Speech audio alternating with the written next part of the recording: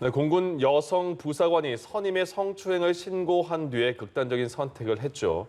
자, 소속 부대 상관들의 조직적인 회유 그리고 전속 부대에서도 발생한 2차 가해 때문이었습니다. 국민을 지킨다는 군대가 여군 부사관 한 명도 지키지 못했다는 비판의 목소리가 거세지자 국방부가 대대적인 수사에 착수했습니다. 신세롬 기자입니다. 상관의 성추행 이후 스스로 목숨을 끊은 공군 중사의 영안실입니다. 숨진 지 한 달이 넘었지만 아직도 빈손은 차려지지 못했습니다. 유족들은 딸의 억울함을 풀어줘야만 보낼 수 있다고 말합니다. 분명히 여기 오신 분이 너 앞으로 하실 거야. 너 편안하게 쉴 수 있을 거야. 엄마, 못 알아줘서 정말 미안해. 지난 3월 저녁자리 뒤 귀가 차량 뒷자리에서 선임에게 강제추행을 당한 이중사는 이튿날 피해 사실을 정식 신고했습니다. 청원 휴가를 받고 부대 전속도 요청했지만 2차 가해에 시달리던 이중사는 다시 출근한 지 나흘 만에 숨진 채 발견됐습니다. 사건이 뒤늦게 알려지고 국민 여론이 악화하자 국방부는 사건을 국방부 검찰단으로 이관하고 대대적인 수사에 나섰습니다.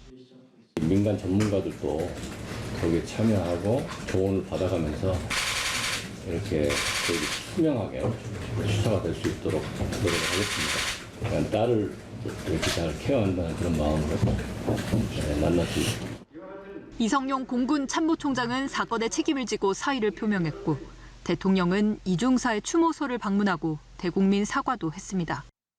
아직도 일부 남아있어 안타깝고 억울한 죽음을 낳은 병력 문화의 폐습에 대해 국민들께 매우 송구하다는 말씀을 드립니다.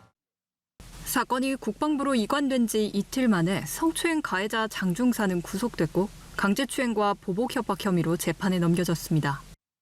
피해자를 회유하고 사건을 은폐하려 한 혐의 등을 받는 2차 가해 핵심 인물들도 수사가 진행 중이고 피해자가 전속했던 15비행단 부대원과 20비행단 군검사 등을 비롯해 피의자로 입건돼 조사를 받는 사람은 10여 명에 이릅니다. 하지만 여전히 피해 신고 후 부대 내 조치와 보고 체계가 먹통이 된 이유는 오리무중입니다.